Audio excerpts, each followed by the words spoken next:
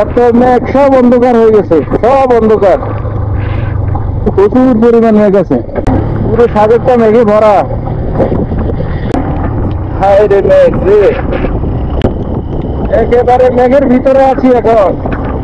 সাজেক ভ্যালির যে মসজিদটা দেখা যাচ্ছে না মেঘের কারণে। এই মসজিদটা এখানে। ফাইনালি আমরা সাজেক ভ্যালিতে এসে পৌঁছে গেছি।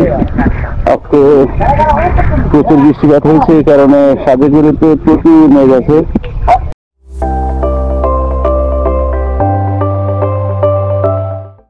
আসসালামু আলাইকুম বন্ধুরা, কেমন আছেন সবাই? আশা করি ভালো আছেন। সাজেক ভ্যালির উদ্দেশ্যে রওনা দিলাম লক্ষ্মীপুর থেকে। এখন সময় হচ্ছে রাত 3টা। আমার পিলিয়ন হিসেবে জোবাই যাচ্ছে আজকে, আর সফর সঙ্গী আর অন্য কোনো বাইকার আজকে আর নেই। একলা একটা বাইক নিয়ে যাচ্ছি। সারা দেশে প্রচুর বৃষ্টিপাত হচ্ছে, এখনো বৃষ্টি চলছে। এ নিয়ে সাজেকে আমার চতুর্থবার। অন্যান্যবার আরো দেরি করে রওনা দিয়েছিলাম, 4টা সাড়ে 4টার সময়। এবার একটু আগে ভাগে রওনা দেওয়ার উদ্দেশ্য হচ্ছে, কারণ বৃষ্টির কারণে বাইকের স্পিড বেশি তোলা যাবে না, তাই একটু আগে ভাগে রওনা দিলাম।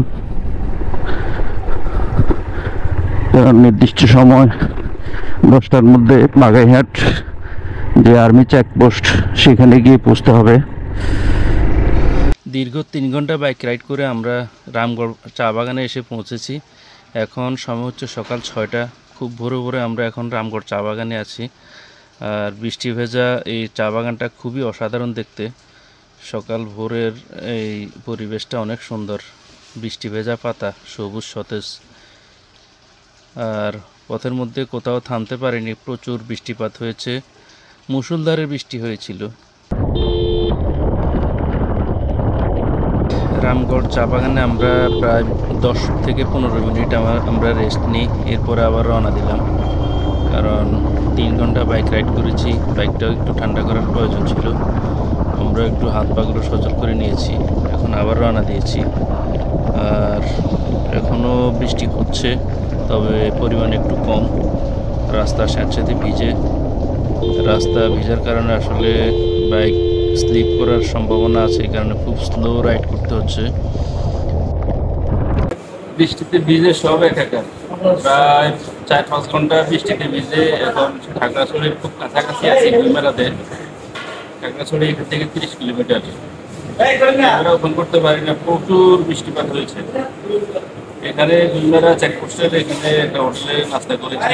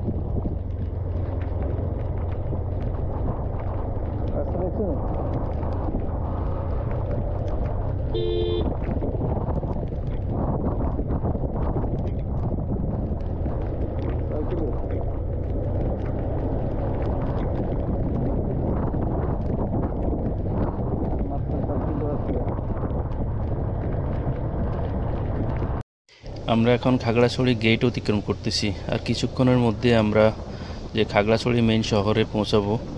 আপনারা যারা বাসে আসবেন বা অন্য কোনো গাড়িতে আসবেন, এই খাগড়াছড়ি প্রবেশ পথে আপনাদেরকে নামিয়ে দিবে।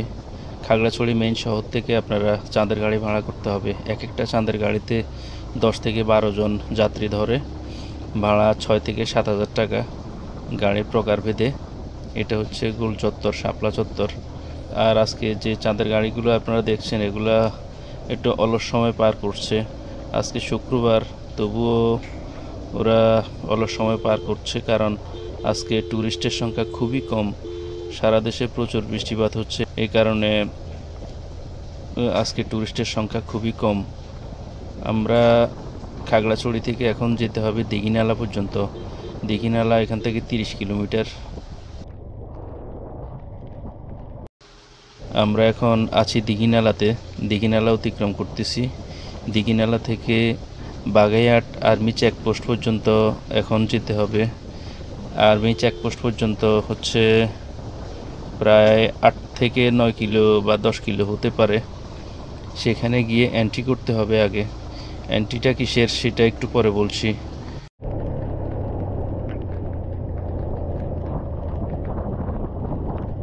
ট্যুরিস্ট পাই যত গাড়ি আছে বাগেরহাট আর্মি চেকপোস্টে যাওয়ার পরে আর্মি গাড়ি দিয়ে স্কট দিয়ে সাজেকে নিয়ে যায় সকল ট্যুরিস্ট বাই গাড়িগুলোকে। আর সেখানে এন্ট্রি করতে হয়। এন্ট্রিটা কিসের আমি একটু পরে বলছি এন্ট্রি করেই, কারণ এন্ট্রিতে কি কি এন্ট্রি করে সেটা আসলে আমার নিজেরই আগে ধারণা হওয়ার দরকার, তারপরে আপনাদেরকে বলবো। এখানে আজকে ট্যুরিস্টের সংখ্যা খুবই কম, কয়েকটি চাঁদের গাড়ি দেখা যাচ্ছে। ট্যুরিস্টের সংখ্যা খুবই কম। আর আমি সময় মতো ঠিক 10টার মধ্যে আমরা পৌঁছে গেছি। এখনই হয়তো স্কটটা ছেড়ে যাবে। এখান থেকে স্কট ছাড়ে সকাল 10টায় একটা আর দুপুর 3টায় একটা, মোট 2টা স্কট ছাড়ে প্রতিদিন সাজেকের উদ্দেশ্যে। একেবারে শেষ মুহূর্তে আমরা এন্ট্রিটা করেছি। আমাদের এন্ট্রি করার সাথে সাথে স্কট ছেড়ে দিয়েছে। তো এখানে এন্ট্রিটা হচ্ছে যতগুলো গাড়ি আছে এখানে আসার পরে প্রত্যেকটা গাড়ির চালকের ফোন নাম্বার এবং গাড়ির নেম প্লেটের নাম্বারটা এন্ট্রি করেন। আর ট্যুরিস্ট কতজন আছেন এক গাড়িতে ওই সংখ্যাটা এন্ট্রি করেন। মেল কয়জন, ফিমেল কয়জন, কখন ফিরবেন, বিদেশি কোনো পর্যটক আছে কি না। আর আসলে সাজেকের বিদেশি কোনো পর্যটকের কোনো অ্যালাউ নেই, কারণ এই কারণে বিদেশি পর্যটক আছে কি না এটা নিশ্চিত হন। আর একটা টোকেন প্রদান করে, এই টোকেনটা আবার আসার সময় এখানে জমা দিতে হয়। এই আর কি এখানকার যে এন্ট্রি। আর সেনাবাহিনী এবং পুলিশের একটা গাড়ি সামনে পিছনে আছে, মাঝখানে প্রত্যেকটা ট্যুরিস্টবাহী গাড়ি সাজেকের উদ্দেশ্যে রওনা দিয়েছে। এখানে নিরাপত্তার কোনো ইস্যু আছে হয়তো, পাহাড়ি সন্ত্রাসী গোষ্ঠীর হামলা হতে পারে, এরকম কোনো সন্দেহ হতে পারে, বা অন্য কোনো কারণও হতে পারে। এটা আমার অনুমান বা আমার ধারণা আর কি।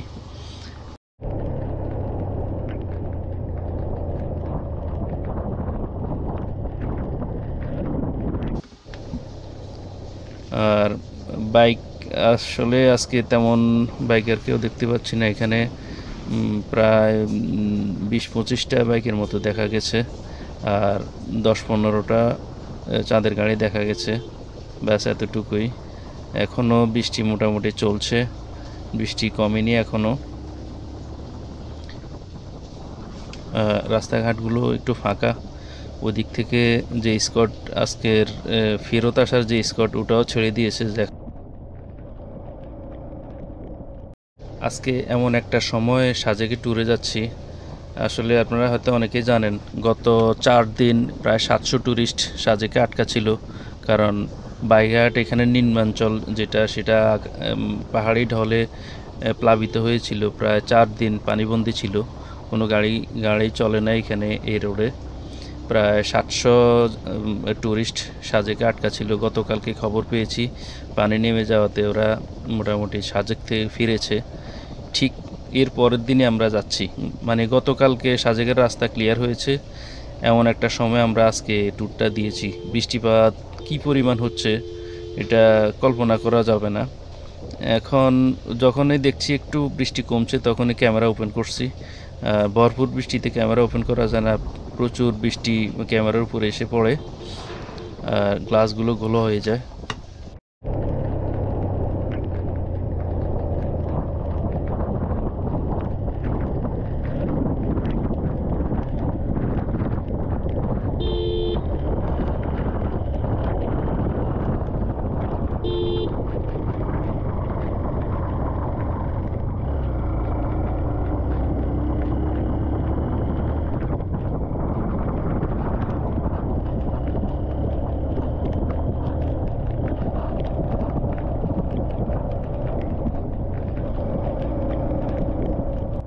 অন্যান্য দিনের তুলনায় আজকের সাজেকের রাস্তাটা খুবই চ্যালেঞ্জিং।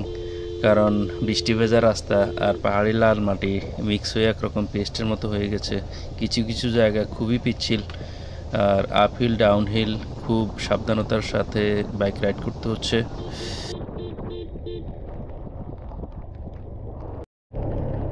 আমরা সাজেকের খুব কাছাকাছি আছি এখন। এখান থেকে সাজেক দেখা যাচ্ছে, আর সাজেকের উপরে প্রচুর মেঘ আছে দেখা যাচ্ছে এখান থেকে।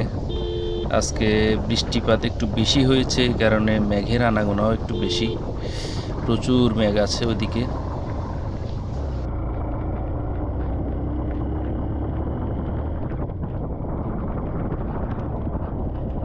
সাজেকে যে পানির উৎসটা এখান থেকে, এখানে এই গাড়িগুলো দেখছেন, এগুলো করে সাজেকে পানি নিয়ে যায়। যে পানির ট্যাঙ্কি আছে এগুলো করে নিয়ে যায়।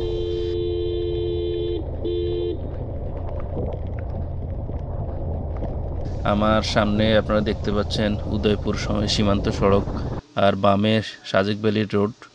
এখানে বাইকটাকে একটু রেস্ট নিতে হবে, প্রায় 10 থেকে 15 মিনিট বাইকটা রেস্টে দিতে হবে। আর আমরা একটু চাটা খাবো দোকানে, একটু রেস্ট নিব, কারণ লাস্ট যেই 5 কিলোমিটার এটা খুবই ডেঞ্জারাস। এখানে একটু প্রিপারেশন নিয়ে তারপরে উঠতে হবে। আমরা বাইকটা একটু বিশ্রাম দিচ্ছি, একটু ঠান্ডা হলে আবার উঠবো।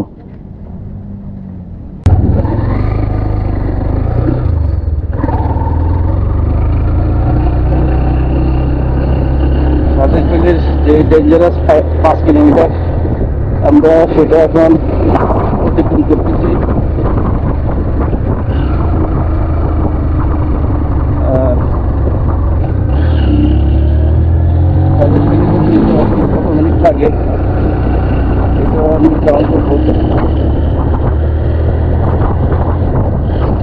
ক্যামেরা অফ করবো না, একেবারে সাজেক ভ্যালি পর্যন্ত ডিস্টার্ব করবো না।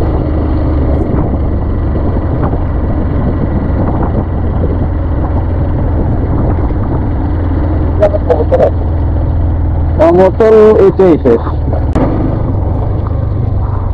পুরো সাজেক ভ্যালি মেঘে ভরা।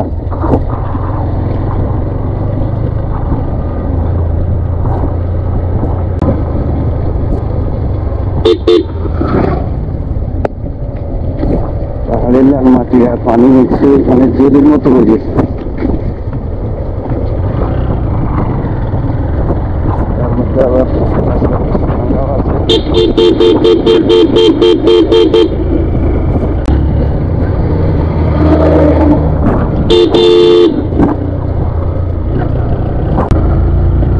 এই ফিটনেস জিনিস কিছু তাদের গাড়ি আছে, এগুলো কারণে সমস্যা হয়। শক্তি ব্যবহার করতে পারে না, আবার অন্যদিকে ওভারলোডও হয়ে যায় অনেক গাড়ি, অনেক স্লো হয়ে যায়। আর ওভারটেক করতে এগুলি সমস্যা। অপোজিট থেকে গাড়ি আছে, এটাই কোনোভাবে ক্লাস করা যাবে না। করলেও পিছনের দিকে গাড়ি যেতে থাকবে। এখানে টেকনিকটা হচ্ছে কোনোভাবে ক্লাস করা যাবে না, প্রয়োজনে গিয়ার অবস্থায় গাড়ির স্টার্ট বন্ধ করে দেওয়া উচিত, তাহলে ইঞ্জিন ব্রেকে গাড়িটা পিছনে দিকে আসবে না।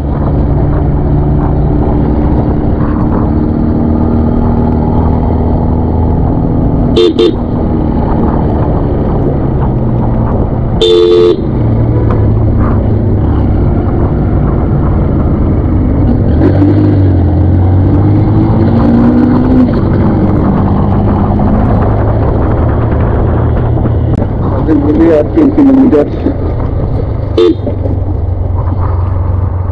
এই 3 কিলোমিটারে মূলত ডেঞ্জারাস, অনেক খারাপ একটা পাহাড় অতিক্রম করতে হবে।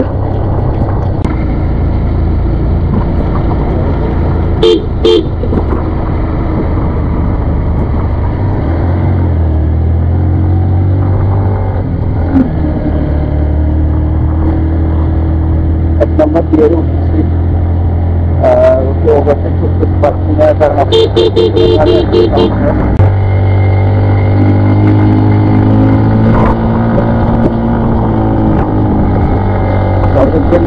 রুইলি বা এখান থেকে শুনি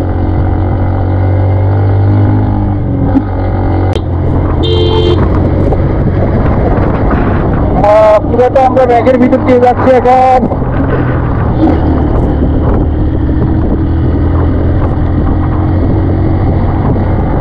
এই গেট থেকে মূলত সাজেক শুরু। আমরা সাজেকের খুব কাছাকাছি আছে এখন। আমরা ব্যাগের ভিতর দিয়ে যাচ্ছি এখন।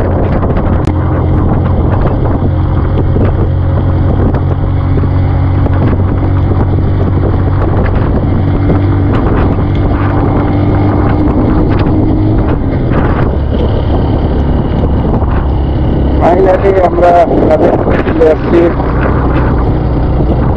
Welcome to Sajek.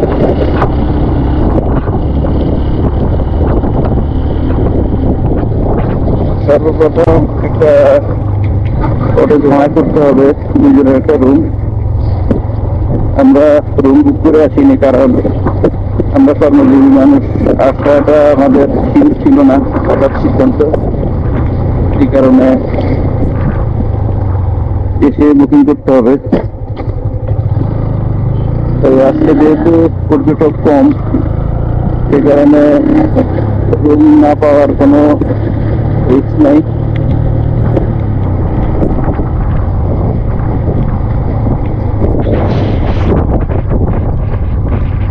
এত মেঘ, সব অন্ধকার হয়ে গেছে, সব অন্ধকার, প্রচুর পরিমাণ হয়ে গেছে।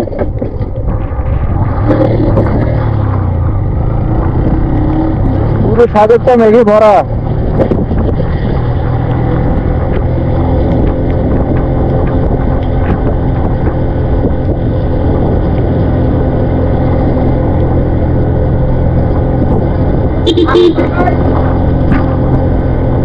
I love Sadik.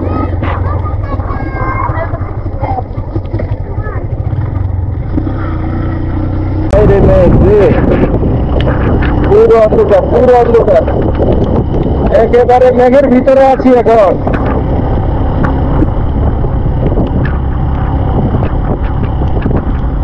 সাদেক ভ্যালির যে মসজিদটা দেখা যাচ্ছে না মেঘের কারণে।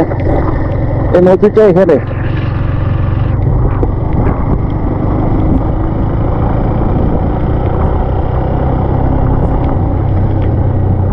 কিচ্ছু দেখা যাচ্ছে না।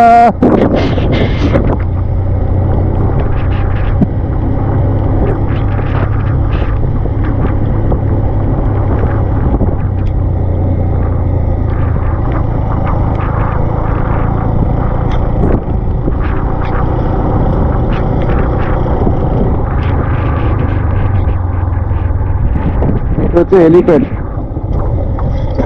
সাজেক ভ্যালি হেলিপ্যাড হচ্ছে এটা। আমার ডান পাশে 0 পয়েন্ট সামনে এসে কৃষ্ণচূড়া 0 পয়েন্টের।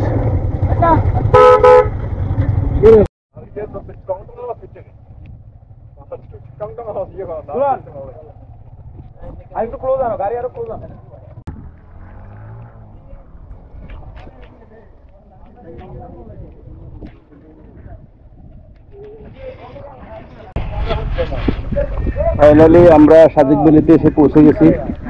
আজকে প্রচুর বৃষ্টিপাত হয়েছে, এই কারণে সাজেক ভ্যালিতে প্রচুর মেঘ আছে, আপনারা দেখতে পাচ্ছেন। আমি আছি এখন সাজেক ভ্যালির যে 0 পয়েন্টে আছি। না না না, কুয়াশা লাগবে।